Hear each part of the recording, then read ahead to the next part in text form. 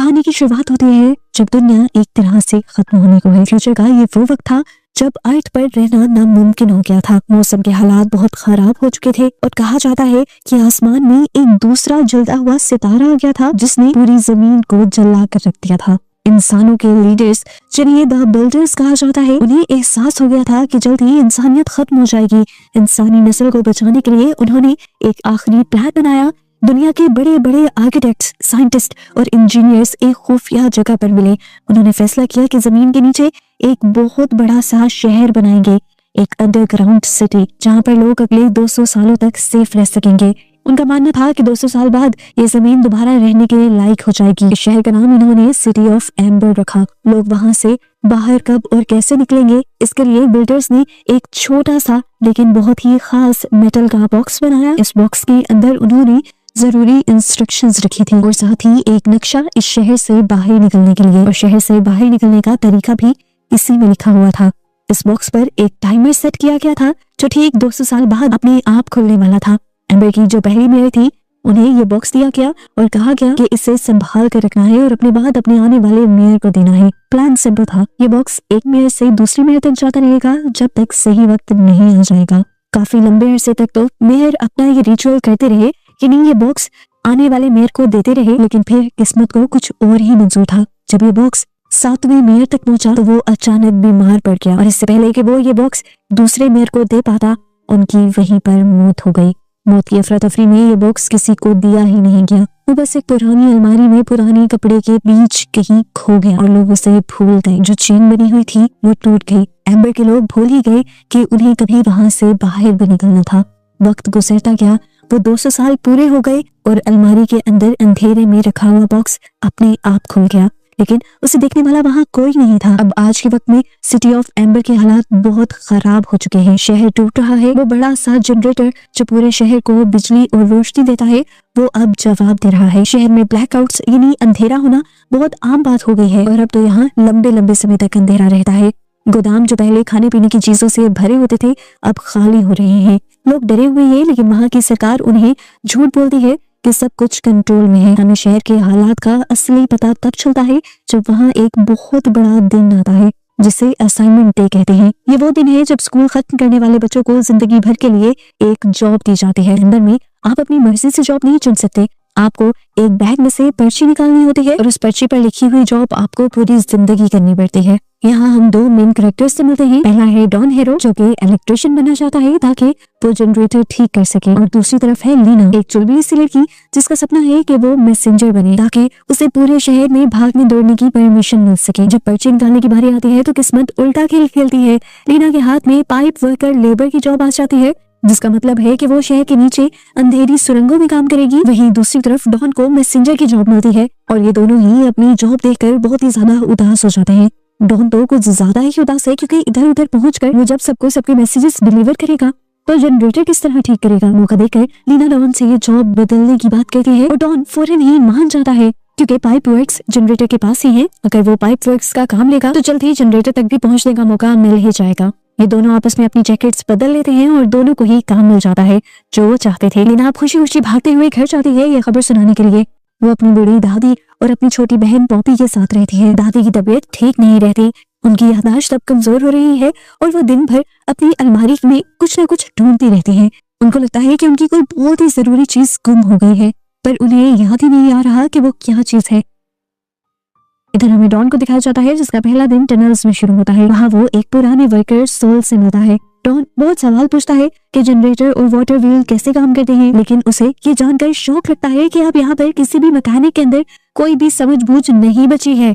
बच्चों की मर्जी से ना उनको जॉब मिलने की वजह से काफी सारे बच्चों को दरमियान में इंटरेस्ट ही नहीं रहा मैकेनिक सीखने का और इस तरह वो नॉलेज आगे बढ़ ही नहीं पाया और वहीं पर खत्म हो चुका है। जनरेटर भी अब पैचेस के सहारे चल रहा है, उसे ठीक करने वाला कोई नहीं है और यहाँ पर डॉन को एहसास होता है कि हालात उसकी सोच से भी ज्यादा खराब है। एक तरफ डॉन अपनी जॉब और चीजों को लेकर बहुत ज्यादा परेशान है, दूसरी तरफ लीना अपनी जॉब को लेकर बहुत ही ज्यादा खुश है। वो रेड कैप रेड शॉल लिए भागती फिरती है पूरे शहर में, ये नहीं जानती कि कुछ दिन में ये शहर तहस नहस होने वाला है। एक दिन ऐसे ही मैसेज देते हुए वो देखती है कि एक आदमी शहर के अननोन रीजन से वापस आया है। वो चिल्ला रहा था, उसने सबको बताया कि उसने अंधेरे में एक बहुत बड़ा जानवर देखा है, एक मॉन्स्टर देखा है वो सबको वार्न कर रहा था कि वो मॉन्स्टर सबको मार देगा, उसने मुझ पर भी जानलेवा हमला किया।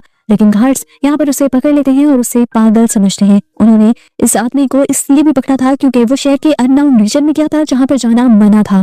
गार्ड्स उसे घसीटते हुए यहाँ से ले जाते हैं और पीछे उसके पास से कोई चीज गिर जाती है। ये एक बड़ा सा सीन था जो सच में एक बहुत बड़े कीड़े का लग रहा था। लीना उसे उठा लेती है और छुपा लेती है और यहाँ पर उसे एहसास होता है कि शहर के अननोन रीजन के अंधेरे में कुछ ऐसा राज छुपा है जिसके बारे में कोई बात नहीं कर रहा। कहानी में एक नया मोड़ तब आता है जब लीना अपने घर होती है।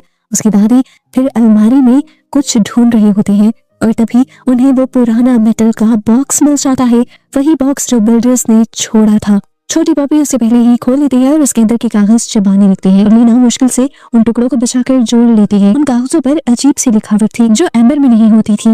लीना समझ जाती है कि ये वही जरूरी चीज थी जो दादी ढूंढ रही थी। लीना उन टुकड़ों को कागज की पजल की तरह जोड़ने की कोशिश करती है और उसे कुछ कुछ लफ्ज समझ आते हैं, जिस तरह इंस्ट्रक्शन, रिवर, डोर। उसे यकीन हो जाता है कि ये वही शहर को बचाने का रास्ता है जिसके बारे में कभी उसने अपने दादा और अपने बाबा से सुना था। वो इसे लेकर मेयर कोल के पास चली जाती है, लेकिन मेयर को लोगों को बचाने में कोई इंटरेस्ट नहीं था। वो एक करप्ट और मतलबी आदमी है जो लोगों को झूठी तसल्ली देता रहता है, जबकि असल में वो शहर का बचा कुचा राशन अपने लिए छुपा रहा है। जब लीना उसके ऑफिस में होती है, वो दीवार पर लगे पुराने मेयर की तस्वीरों में वही मेटल बॉक्स देखती है जो 7वें मेयर के हाथ में था और वो 7वां मेयर असल में लीना के ही दादा थे। अब उसे पक्का यकीन हो जाता है कि ये बॉक्स बहुत ही खास है। लीना को लगता है कि उसे मदद की जरूरत है, इसीलिए वो डॉन के पास जाती है। दोनों मिलकर समझने की कोशिश करते हैं। उन्हें समझ आता है कि ये इंस्ट्रक्शंस पाइप वर्क्स की तरफ इशारा कर रही हैं जहाँ डॉन काम करता है। कागज पर एक दरवाजे का और बाहर निकलने का भी जिक्र था। वो समझ आते हैं कि यहाँ पर उन बिल्डर्स ने उन्हें मारने के लिए नहीं छोड़ा था, बल्कि यहाँ से बाहर निकलने का भी एक रास्ता बनाया गया था। जब डॉन टनल के अंदर काम कर रहा होता है तो उसे वहाँ पर एक खुफिया कमरा नंबर 351 दिखता है जो लॉक है। वहाँ उसे एक बड़ा सा जानवर भी दिखाई देता है, एक म्यूटेटेड मोल जैसा कीड़ा, जिसे देखकर वो बहुत ज्यादा डर जाता है और वो कीड़ा भी उसका पीछा करता है। इससे साफ जाहिर हो जाता है कि अब इस बंकर्स के अंदर और रहना ज्यादा खतरनाक हो चुका है। अब यहाँ पर मॉन्स्टर्स पैदा होने लगे हैं। आज एक हुआ है, कल 2 होंगे और फिर हजारों, और ये इंसानों को खत्म कर देंगे। बाद में लीना और डॉन देखते हैं कि जो फूड गार्ड है, जो सारे राशन की रखवाली करता है, वो चुपके से उस कमरे के अंदर जा रहा था। उन्हें लगता है कि लूपर चोरी कर रहा है। जब वो किसी तरह उस कमरे के अंदर घुसते हैं तो वो हैरान रह जाते हैं। ये कमरा उन चीजों से भरा हुआ था जो चीजें कई अरसा पहले बता दी गई थी, ये अब इस बंकर्स में खत्म हो गई है। इसलिए शौक उन्हें तब लगता है जब वो मेयर कोल को उस कमरे में बैठा हुआ देखते हैं। मेयर चोरी की जांच नहीं कर रहा था, वो खुद चोरी करवा रहा था और खुद वहां पर बैठकर वो आराम से खाने पीने की अय्याशी कर रहा था। उसने अपने लिए इतना खाना स्टोर कर पा लिया था कि वो पूरी जिंदगी खा सकता था, चाहे बाकी लोग भूख से मर जाते। यहाँ पर लीना और डॉन को समझ आ गई कि मेयर का कोई भरोसा नहीं है, अब उन्हें अकेले ही सब कुछ करना होगा। वो वापस उन इंस्ट्रक्शंस पर ध्यान देते हैं। कागज में एक मार्क वाले पत्थर का जिक्र था। डॉन को याद आता है कि उसने टनल के अंदर एक पत्थर देखा था जिस पर अजीब सा निशान बना था।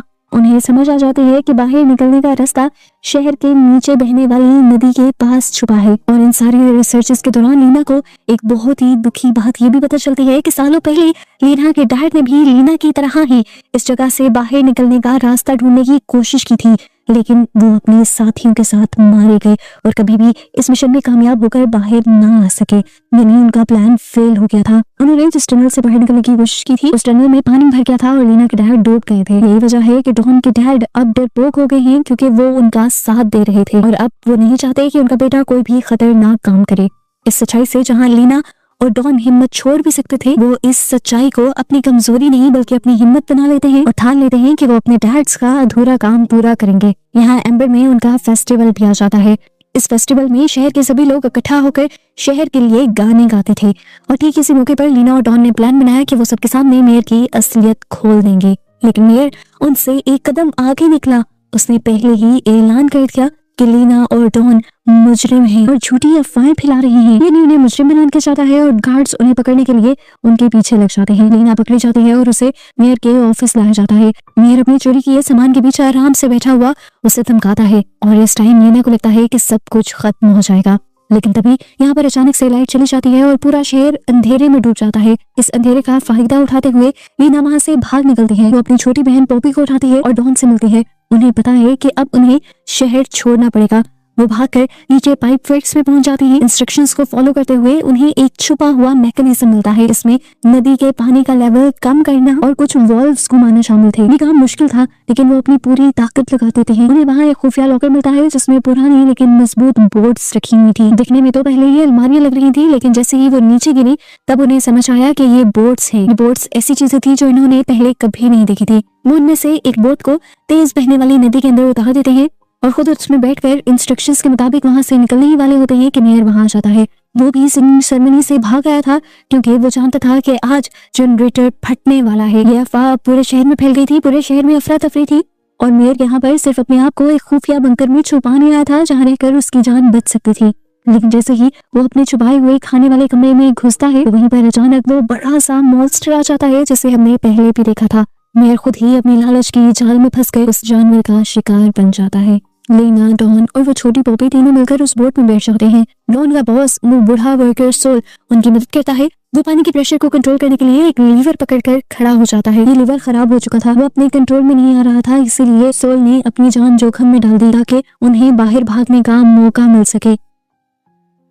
जैसे ही पनबिल चलने की वजह से पानी का बहाव तेज होता है तो इनकी नाव भी वहां से गुजरती हुई एक खुफिया खाई के अंदर चली जाती है। यहाँ बहुत ही ज्यादा अंधेरा था और हर चीज बहुत ही ज्यादा डरावनी लग रही थी। ये हाई स्पीड वाटर स्लाइड जैसा था और इन्हें डर भी बहुत ज्यादा लग रहा था। अंधेरे में घूमती हुई इनकी बोट बड़े बड़े झरनों से होती हुई नीचे गिराती है एक बहुत बड़ी केव के अंदर। वहाँ दीवार पर उन्हें बिल्डर्स का लिखा हुआ एक मैसेज दिखाई देता है जो उस टाइम वहाँ आने वालों के वेलकम के लिए उन्होंने लिखा था। और ये पढ़ के इन दोनों को एहसास हो जाता है कि ये लोग फाइनली कामयाब हो गए थे। इनकी खुशी का तो कोई ठिकाना ही नहीं था। यहाँ से अब इन्हें बहुत ही लंबी सीढ़ियां चढ़नी थी। ये उन गोल गोल सीढ़ियों को चढ़ना शुरू कर देते हैं। घंटों चढ़ने के बाद उन्हें ऊपर से थोड़ी सी रोशनी दिखाई देती है। थोड़ी सी और सीढ़ियां चढ़ने के बाद वो ऊपर की चीजें हटाते हैं और फाइनली पहली मर्तबा जमीन पर आसमान के नीचे सांस लेते हैं। लेकिन अफसोस कि जमीन पर भी उतना ही अंधेरा था जितना नीचे था। असल में ये लोग तो पैदा होने से अब तक कभी जमीन पर गए ही नहीं थे। इन्हें रात का तो कोई कॉन्सेप्ट था ही नहीं। ये लोग बहुत ही ज्यादा उदास हो गए थे, लेकिन फिलहाल चांद और सितारों को देखकर खुश भी थे। अब ये लोग यहाँ आ गए थे, वापस जाने का तो कोई रास्ता ही नहीं था। ये लोग यहीं सो जाते हैं और सुबह इनकी आंख रोशनी से खुलती है। आसमान में ये लोग देखते हैं तो आहिस्ता आहिस्ता एक तरफ से सूरज उग रहा था। सूरज की रोशनी पड़ते ही यहाँ पर सारे परिंदे उड़ने लग जाते हैं और चहचहाने लग जाते हैं। ये सारा नजारा ये लोग पहली मर्तबा देख रहे थे। हरियाली, परिंदे, ये दुनिया बिल्कुल पहले जैसी हो गई थी। हर चीज को देखकर ये लोग हैरान भी थे और खुश भी। इन चीजों के बारे में कभी इन्होंने बस किताबों में ही पढ़ा था और आज ये लोग उसे देख भी रहे थे। आज दुनिया हरी भरी जिंदा थी। वो जो दूसरा सितारा जमीन के करीब आ गया था वो भी यहाँ से जा चुका था। वो लोग खुशी खुशी जमीन पे घूमने लग जाते हैं और घूमते हुए उन्हें एक गहरा गड्ढा दिखाई देता है जो मोटी ग्लास से ढका हुआ था। जब उन्होंने वहां से नीचे झांका तो उन्हें गहराई में छोटी छोटी लाइट्स दिखाई दी। उन्हें एहसास हुआ कि वो ठीक एम्बर सिटी के ऊपर खड़े हैं। वो आप नीचे लोगों को देख पा रहे थे जो इस टाइम शहर के मेन एरिया में खड़े अपना जश्न मना रहे थे। यहाँ पर डॉन ने एक मैसेज लिखा और सबको बाहर निकलने का रास्ता बताया और ये भी लिखा कि वो बाहर निकल चुका है। और उस मैसेज को उसने पत्थर में लुपेट कर नीचे शहर के बीचों बीच फेंक दिया। वो पत्थर जाकर एम्बर शहर की सड़क पर गिरता है और लकीली मिल जाता है डॉन के डैड को जो उस टाइम अपने बेटे को ही ढूंढ रहे थे। उन्होंने जैसे ही इस पत्थर के कागज पर लिखा हुआ मैसेज पढ़ा तो उनके अंदर भी उम्मीद की किरण जाग गई। और ऐसे फिर ये कहानी इस उम्मीद, इस यकीन के साथ खत्म होती है कि सच्चाई लोगों तक पहुंच गई है। बुरा मेयर मर गया, राज खुल गया और बाहर आने का रास्ता अब सबके लिए खुल चुका है। लीना, डॉन और बॉबी सूरज की रोशनी में खड़े हैं, ताजा हवा में सांस ले रहे हैं, एक नई जिंदगी शुरू करने के लिए तैयार हैं, जानते हुए कि जल्द ही एम्बर के बाकी लोग भी उनके साथ होंगे। वो लंबी अंधेरी रात अब आखिर खत्म हो चुकी थी।